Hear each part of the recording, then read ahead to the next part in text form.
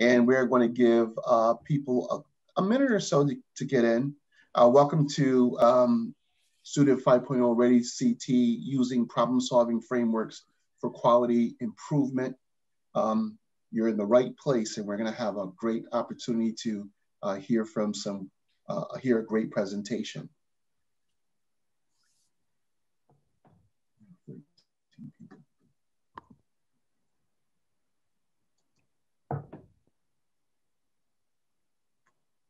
Again, my name is ReadyCT Hill. I'm the mentoring program manager here at the Governance Prevention Partnership. In my role here, I am all things training and technical assistance, supporting mentoring programs around the state of Connecticut, and glad to do so. That is my title. And we have some housekeeping items that we're going to be going over the flow of the webinar. Today's conversation will run for about 45 minutes.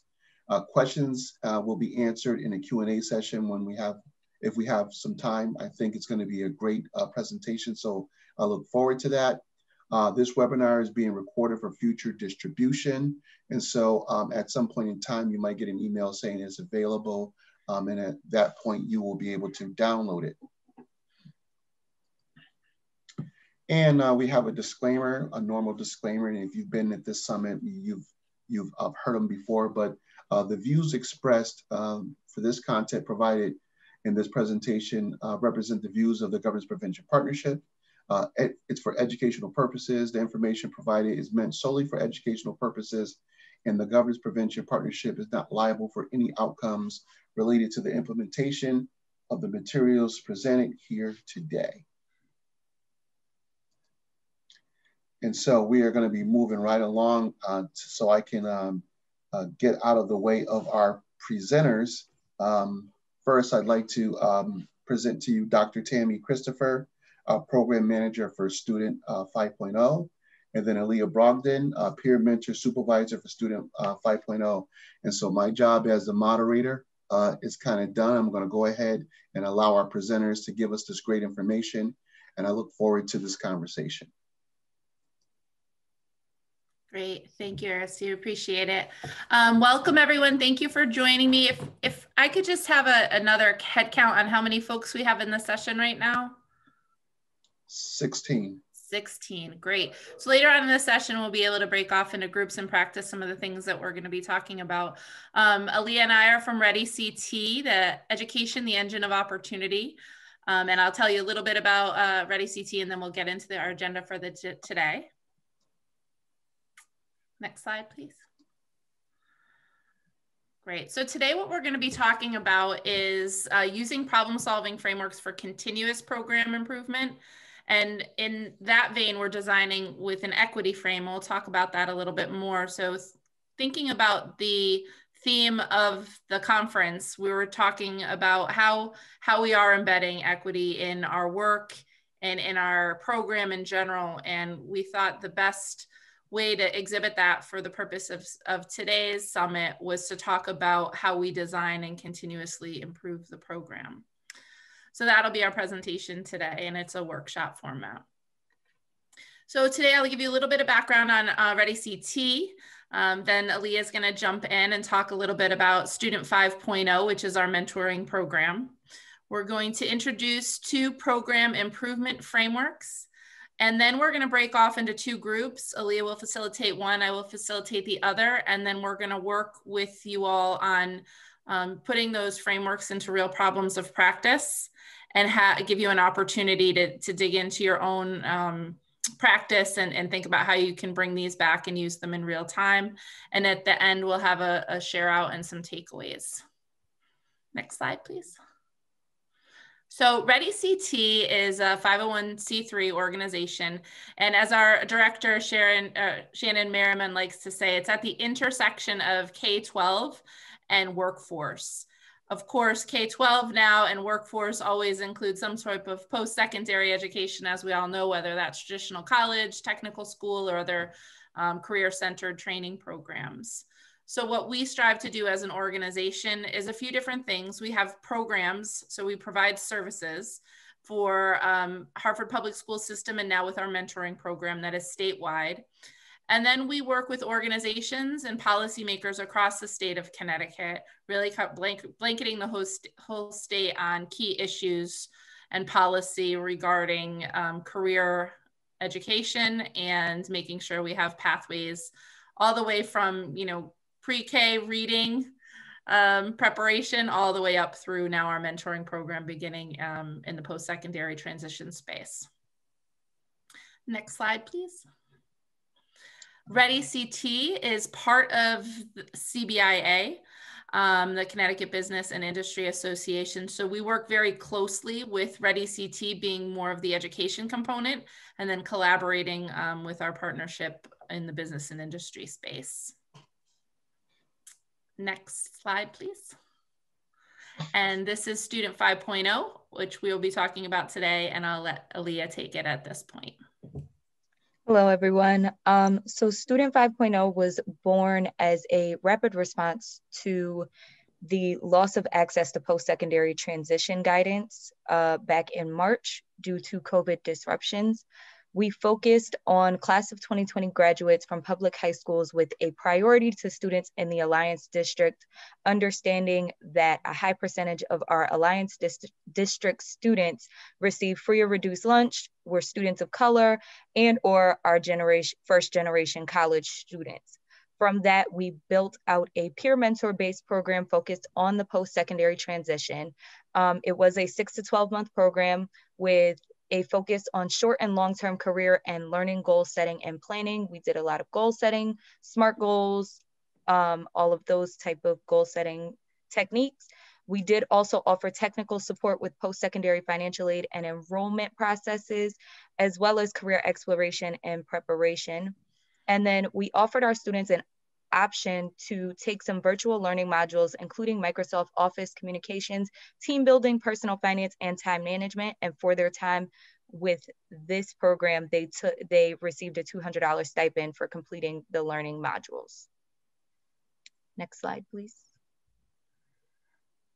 So Tami will now talk about the PELP framework that we use to continue the program.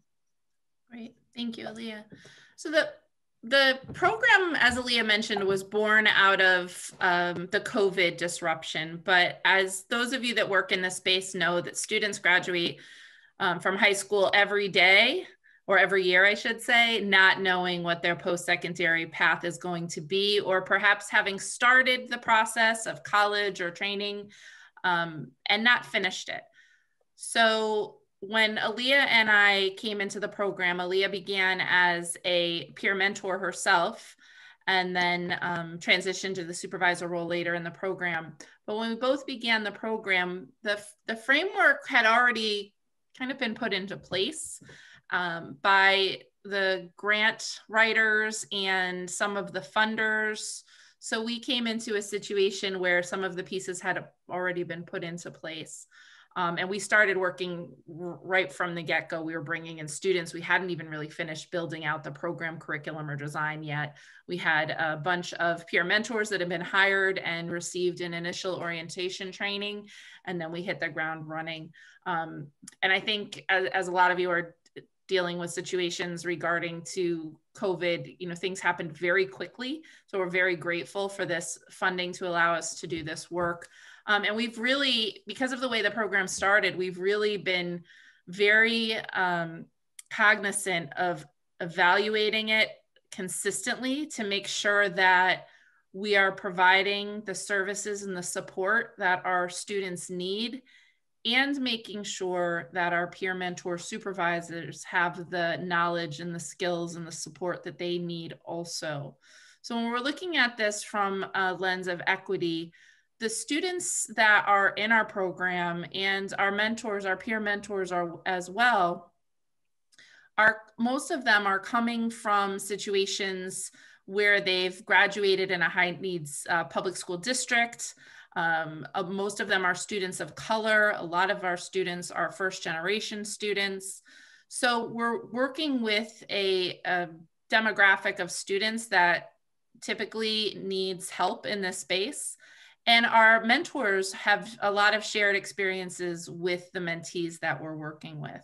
So to go back to the students and to go back to the mentors really and figure out what's working and what's not working, and have them really have a very strong hand in designing the program in collaboration with the leadership who's looking at, you know, the research and best practices in the field of other mentoring programs.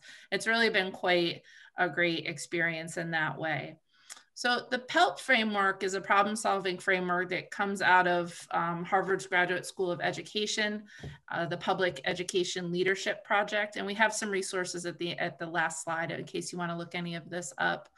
And we adapted this framework to use for our own mentoring program. So I'll just run through an example based on the coursework that we were offering. So we have a lot of components to this program. And like I said, we were building it as we were running it.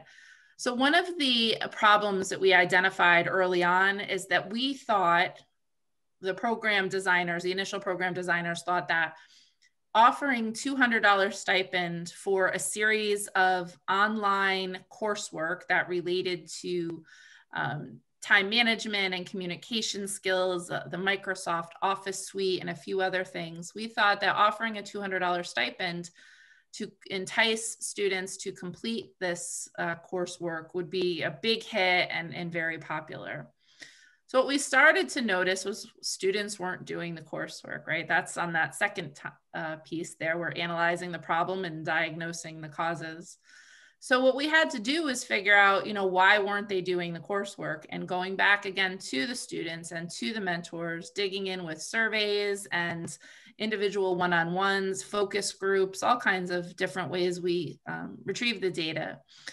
We found that one of the reasons was that they were just too busy with the immediate needs of registering for school or finishing up financial aid paperwork, or, you know, working a couple of different jobs.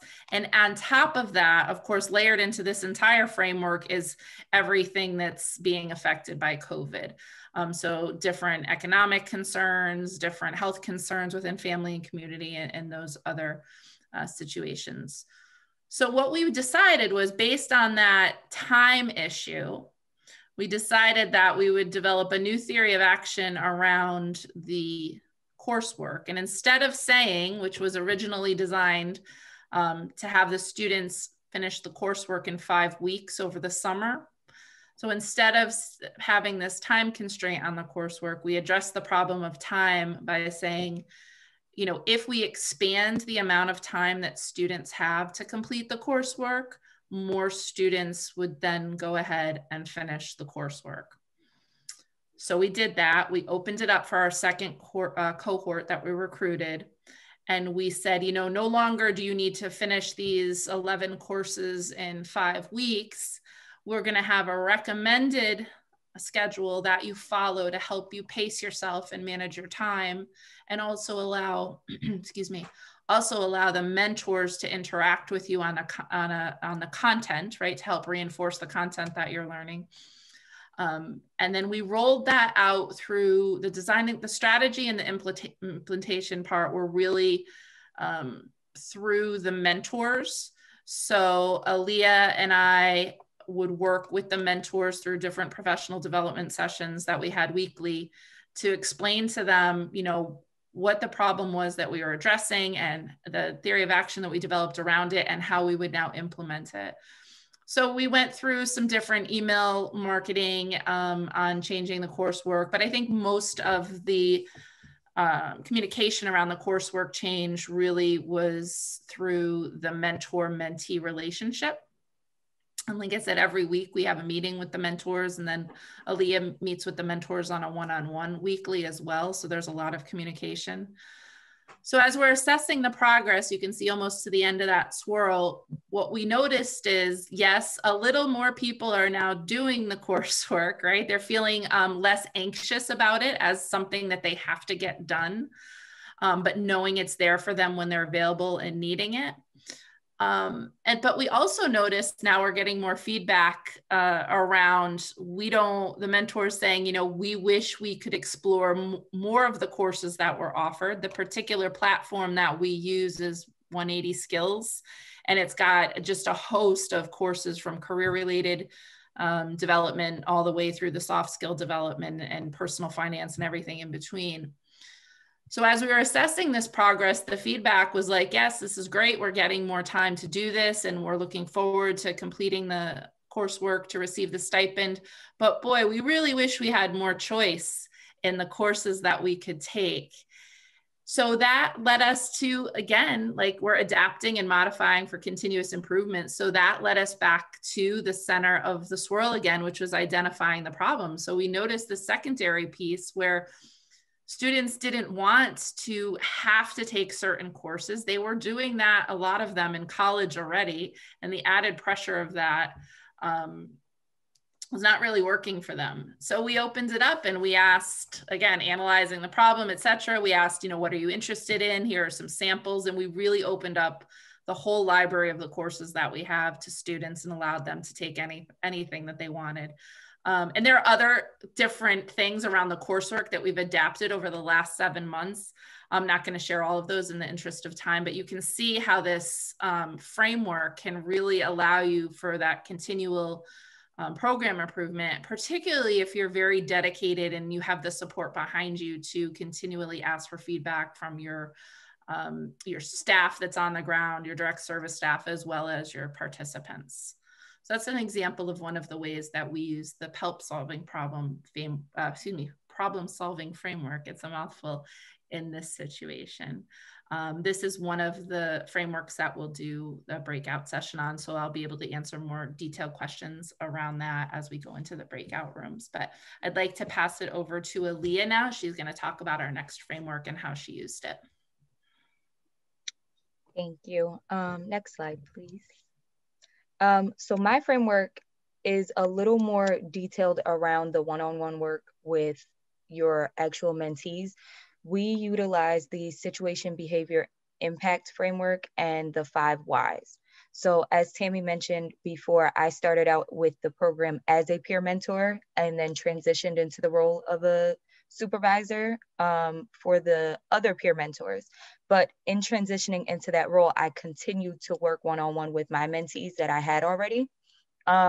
So this framework really worked with breaking down issues that come along that to students and sometimes to yourself may seem extremely urgent or like there is no answer to them. But once broken down in the format of this framework, you start to really understand that, okay, I have the answers without you telling them what the answers are. So in the situation piece, you're looking to create a context and clearly think through what's going on at the time. So you're thinking through, you're utilizing the 5 whys and you're asking why 5 times. So you start with your problem and then you ask, okay, well, this is the problem. Why is this a problem? Okay, well, why is that problem a problem? And you continue to work through it that way until you get to the solution. While using that, you're going to look at the behavior, but you're going to focus on the actual behavior, not on what it may mean. So you don't want to say in a situation of a student who is coming to you about not being able to log on for classes. Well, are you not logging on for classes because you don't have Wi-Fi? You don't want to suggest in that situation of why they may or may not be doing what they're doing. You want them to come to that conclusion. And you also want to pay attention to not just what they're doing, but how they're doing it. And then you want to look at your impact, evaluate how the behavior that was put forward impacted the situation. You're going to work together to find solutions driven by the mentee to help with self-sufficiency around problem solving. So if you do all the work for them, they'll come back and have another situation where they don't know how to work through it. But if you allow them to work on it on their own with your help and guidance, then they're able to get through it on their own. It's almost the theory of you can lead a man to water, but you can't make him fish. That kind of situation. So an example of how we utilize this, and my most recent example is I have a mentee who works in retail, and his number one fear when starting the job during the pandemic was he was going to get COVID from his job. Unfortunately, he did test positive for COVID this past week, He's doing well. He's all smiles, but his now mindset is, I need a new job because this job is dangerous. So my first question to him was, well, why do you think that? Why do you think you need a new job? And we work through it of, well, I need a new job because I'm in people's faces all the time. I want something where I'm in an office setting where I'm not always going to deal with people, but I want to work in a customer service role. So the next question was, well, why do you think that switching career paths is going to help you? And we worked on it that way to continue to get to a point where he understood that it's not necessarily changing jobs that may solve your issue, because your risk is everywhere. But it may just be, you need to be in a position where your leadership staff or your management staff doesn't put you at a high amount of risk that may set you up to be impacted a little more. So this framework is one of the ones that we use quite often as mentors with our mentees, just to get through the situation in real time. So this is the framework that we will be exploring in the breakout group that I'll be facilitating. And we'll be able to answer some more questions, and we'll work through a scenario that may be a little more focused to the group that we're working with today. Next slide, please. So with that, we are going to work into our breakout groups. We're going to apply the assigned problem solving framework to the provided problem of practice. The breakout group that will be working with me will be working on disengagement with distance learning, and we'll be utilizing the SBI framework to work through that. The breakout group that'll be working with Tami will be working on mentees not engaging with mentors, and you guys will be utilizing the PELP framework for that. We'll be discussing with the group and identifying a note taker and a reporter to work through this, and then we'll reconvene as a full group and share our experiences. So with that, we can start moving into breakout groups. I don't know how we're going to split this up necessarily. I believe there are 18 people here now. Yeah, 18 people. Tami, how did you want to split this up? Just 2 and 2? Tami, you're on mute. Sorry about that. Can you just divide the group evenly into the 2 breakout rooms? Yep. So everyone will get a pop-up that says join either room 1 or room 2, and click OK, and here you go. Thank you.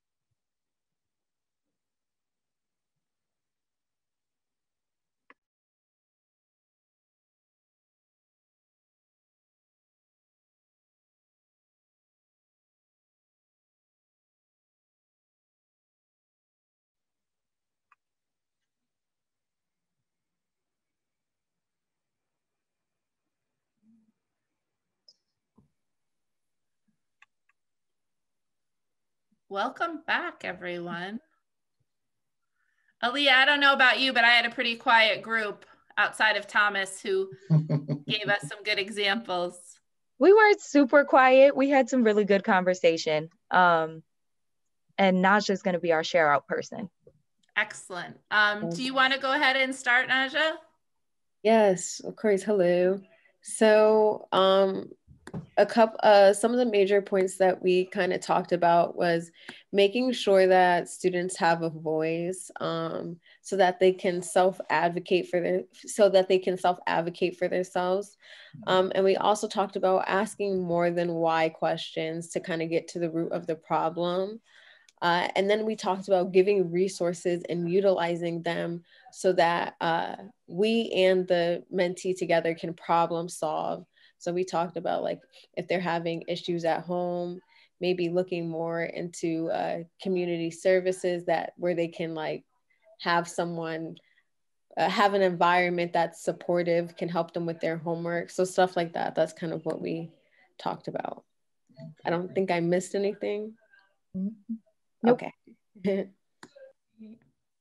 In our group, I didn't ask anyone specifically to share out, so I'll just share. Thomas was very gracious to explain an example of the organization that he works in and engagement around students, or I'm sorry, of mentees working one-on-one with their caseworkers, and how a lot of times if they're not coming to planned meetings and not following through, it can be really frustrating. So we talked a little bit around how to solve for that problem. And one of the possibilities is that people aren't feeling like they're moving forward, and they're not feeling very motivated because of that. So using the PELP framework, how you could design a theory of action with your team around how in general to show the different elements of making progress in these difficult kinds of situations and help build motivation and self-efficacy through that.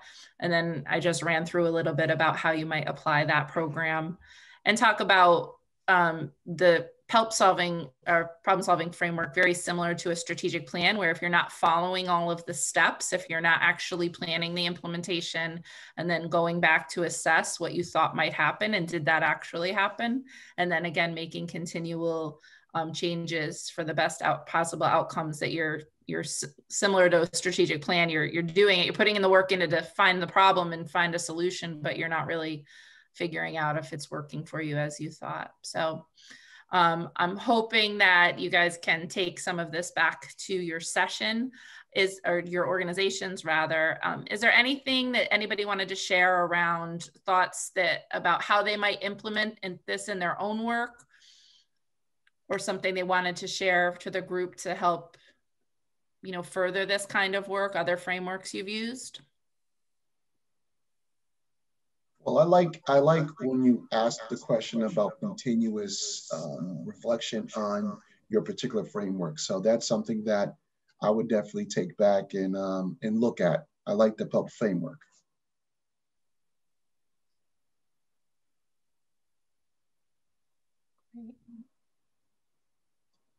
Anyone else?